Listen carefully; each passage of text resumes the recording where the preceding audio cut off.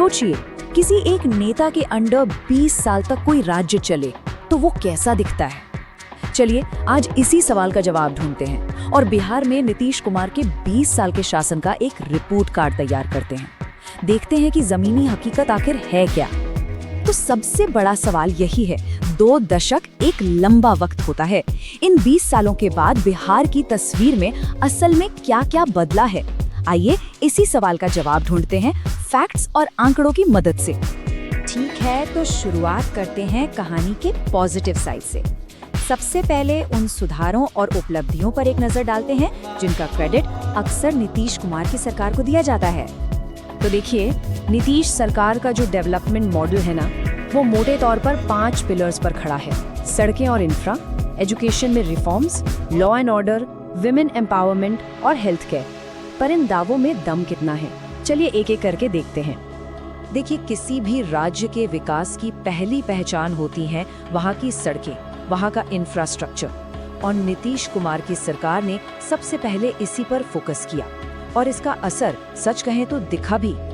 और हाँ, ये सिर्फ बातें नहीं हैं, जमीन पर काम भी नजर आता है। जैसे कि 2015 में दीघा सोनपुर ब्रिज का काम पूरा हुआ, जो रेल और सड़क दोनों को जोड़ता है। आज शहरों में डबल डेकर फ्लाईओवर जैसे मॉडर्न प्रोजेक्ट्स चल रहे हैं और राजगीर जैसी जगहों पर टूरिज्म को बढ़ावा देने के लिए रोपवे भी बनाए जा रहे हैं। अच्छा, अब बात करते हैं एजुकेशन की, और यहाँ एक स्कीम का जिक्र तो करना ही पड़ेगा, मुख्यमंत्री साइकिल योजना। इस स्कीम का मकसद बहुत सीधा और सिंपल था, स्कूल जाने वाली लड़कियों को साइकिल देना ताकि उनका स्कूल आना जाना आसान हो और वो अपनी पढ़ाई पूरी कर सकें। और इस एक छोटी सी पहल का असर जबरदस्त हुआ। इसका सीधा नतीजा ये हुआ कि स्कूल न जाने वाले बच्चों की संख्या में भारी गिरावट आई। साइकिल और मुफ्त यूनिफॉर्म जैसी योजनाओं ने हजारों लाखों लड़कियों को वापस क्लासरूम तक पहुंचाया।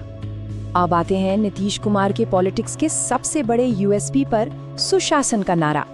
दावा ये था कि उनके शासन में बिहार को जंगल राज से निकालकर गुड गवर्नेंस यानी कानून के राज की पटरी पर लाया गया।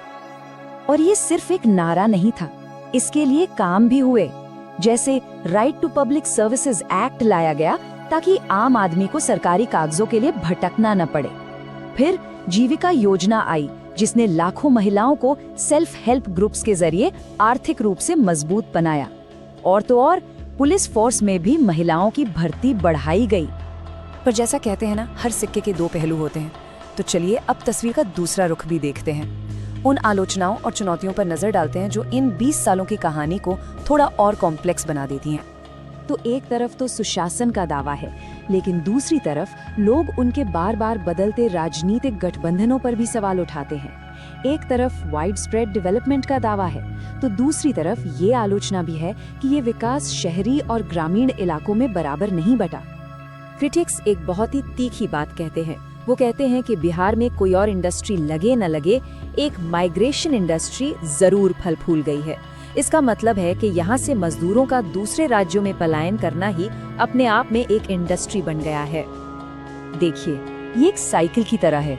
राज्य में नई इंडस्ट्रीज आई नहीं तो लोकल लेवल पर नौकरियां बनी नहीं, और नतीजा लाखों लोगों को काम के लिए अपना घर, अपना परिवार छोड़कर दूसरे राज्यों का रुख करना पड़ा। इकोनॉमी के मोर्चे पर भी तस्वीर बहुत अच्छी नहीं है। बिहार की जीडीपी और पर कैपिटा इनकम दोनों ही नेशनल एवरेज से काफी पीछे हैं। जो डेवलपमेंट हुआ भी वो ज्यादातर शहरों तक सिमट कर रह गया, गांव पीछे छूटते गए। और इसका असर ये हुआ कि सस्टेनेबल डेवलपमेंट गोल्स के कई पैमानों पर बिहार आज भी देश के सबसे पिछड़े राज्यों में गिना जाता है। तो इन सब दावों और आलोचनाओं के बीच आखिर जनता ने क्या फैसला सुनाया? चलिए अब इस कहानी के आखिरी हिस्से पर चलते हैं, जो सीधे इलेक्शन रिजल्ट से जुड़ा है। नतीजा था 202 सीटें, 243 में से 202। एनडीए गठबंधन को एक जबरदस्त एक तरफा जीत मिली, और ये नंबर अपने आप में एक पूरी कहानी कहता है। तो सवाल ये उठता है कि क्या इस भारी जीत को विकास के मॉडल पर जनता की मोहर माना जाए? ऐसा लगता है कि तमाम आलोचनाओं और चुनौतियों के बावजूद वोटर्स ने नीतीश कुमार के नेतृत्व और उनके विकास के वादों पर एक बार फिर भरोसा दिखाया। तो अगर हम एक फाइनल रिपोर्ट कार्ड बनाएं, तो वो कुछ ऐसा दिखेगा। इंफ्रास्ट्रक्चर, एजुकेशन, विमेन एम्पावरमेंट, इन मामलों में तो रिपोर्ट कार्ड पर टिक मार्क लगा है, मतलब काम हुआ है। लेकिन गवर्नेंस वाला खाना मिक्स्ड है और इंडस्ट्रियल ग्रोथ और जॉब क्रिएशन यहाँ अभी भी एक बड़ा क्वेश्चन मार्क लगा हुआ है। तो कुल मिलाकर कहानी ये है, बिहार में विकास तो हुआ है, इसमें कोई शक नहीं, लेकिन ये अधूरा है। सड़कें बनी, लड़कियों को साइकिलें मिली, पर कारखाने और रोजगार अभी भी एक दूर का सपना लगते हैं। सवाल यही है कि बिहार की विकास गाथा का अगला अध्याय क्या होगा? क्या ये अधूरी कहानी कभी पूरी हो पाएगी?